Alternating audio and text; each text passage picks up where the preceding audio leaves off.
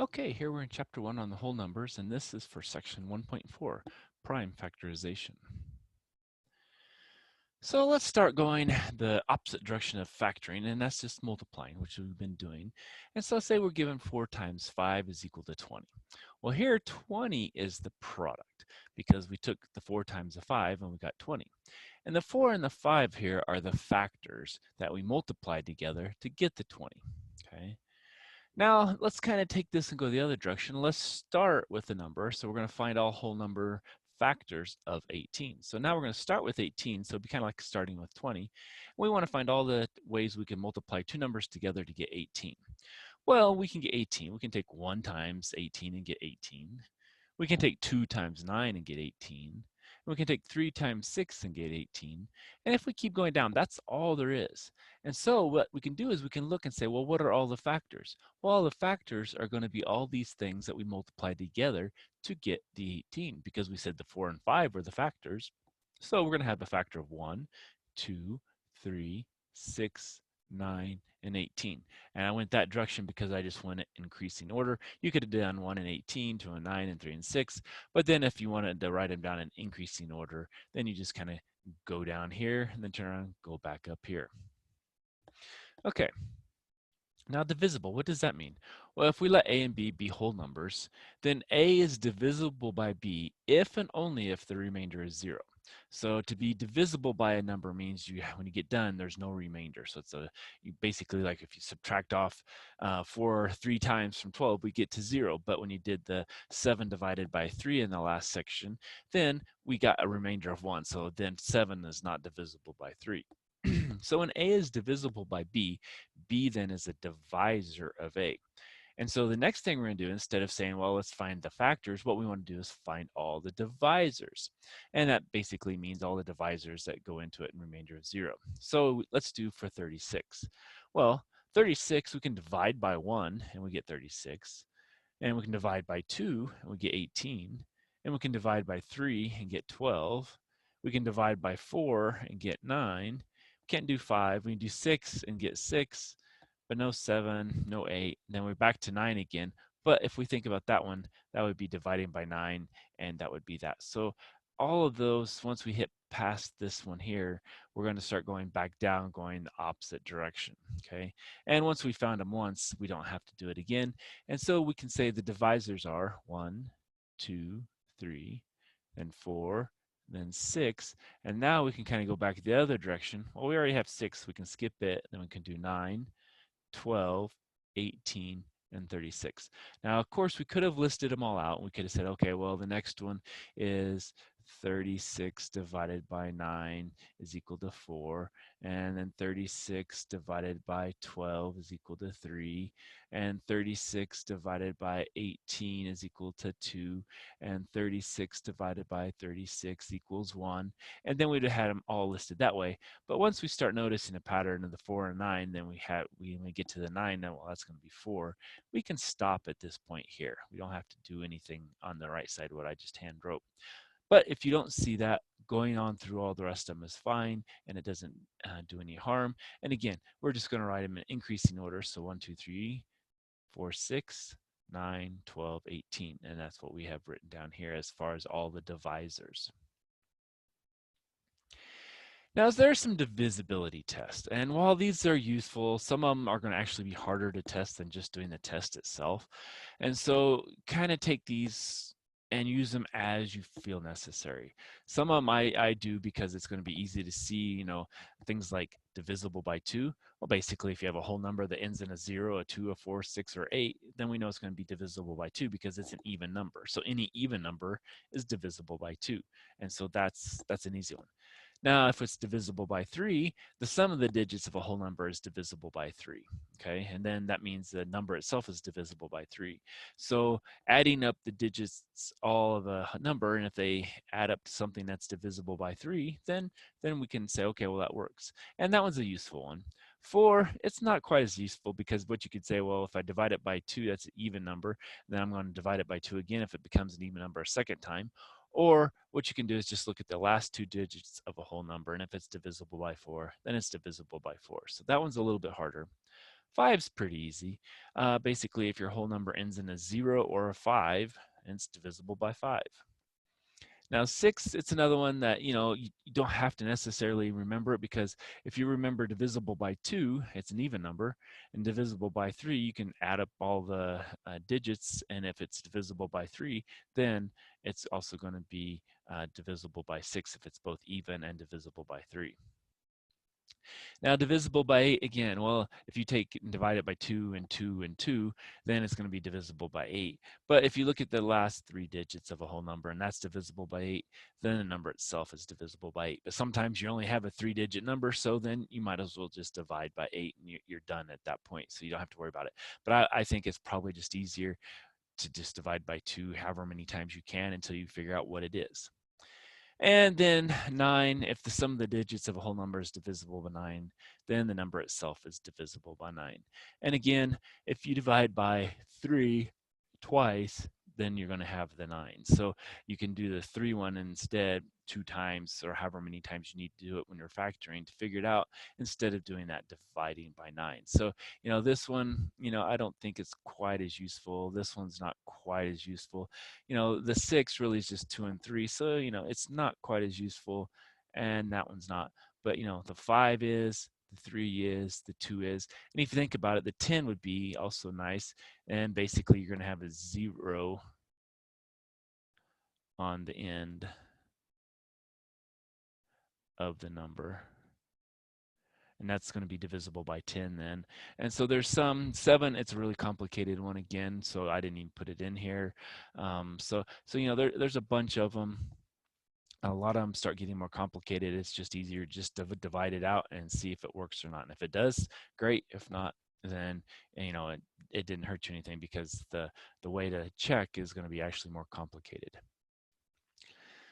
All right, and why are we wanting to know if they're divisible? What we want to do is we want to find prime numbers. So basically, it's some whole number other than 1 is a prime number if and only if its factors are just 1 and itself.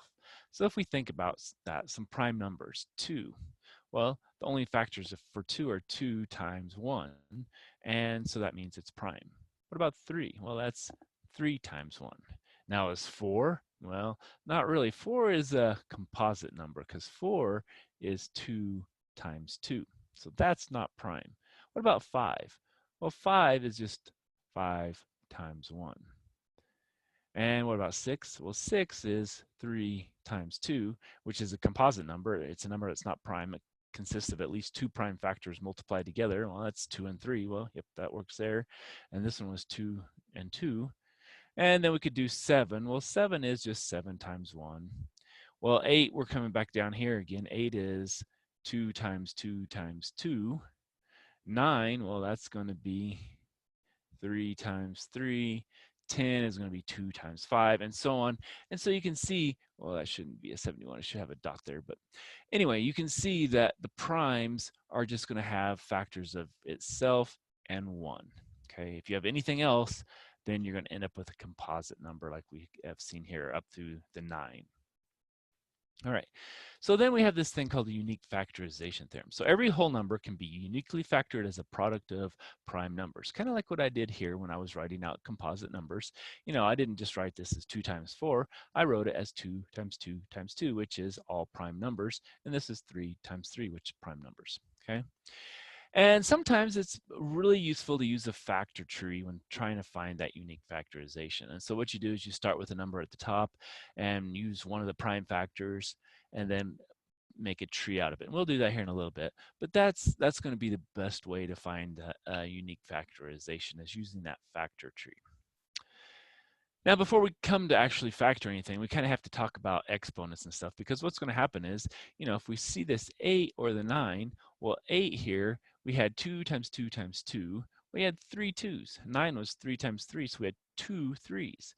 Well, what we can do is we can convert things to exponents. So when we have a multiple of one factor, such as the 3 2's, or maybe we have 3 5's, we can use the expression a to the m, so a to some exponent. Or in the case of the 5's, we would have 5 to the third. Well, this would be, I guess I wrote it over here, 2 to the third, and 9 would be 3 to the second. So we're using exponents to represent this instead of just writing out 3 times 3 times 3 or however many times there were, or 2 times 2 times 2. Maybe if there's a bunch of 2's, we would write it with the exponent instead. And so a to the m means we're going to take a times a times a times a on and down times a, and there's going to be m factors of a here. And that should go all the way to the end, but that's okay. And so that's how it's going to work.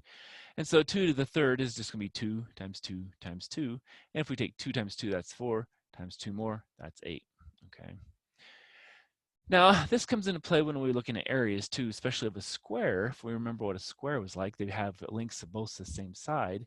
And so we're going to say S is the side here, which means that one's S, that one's S, and that one's S. And so the area is length times width, or in this case, S times S. So it's going to be S squared. And so area of a square is going to be the S squared. And remember, your units are going to be squared too.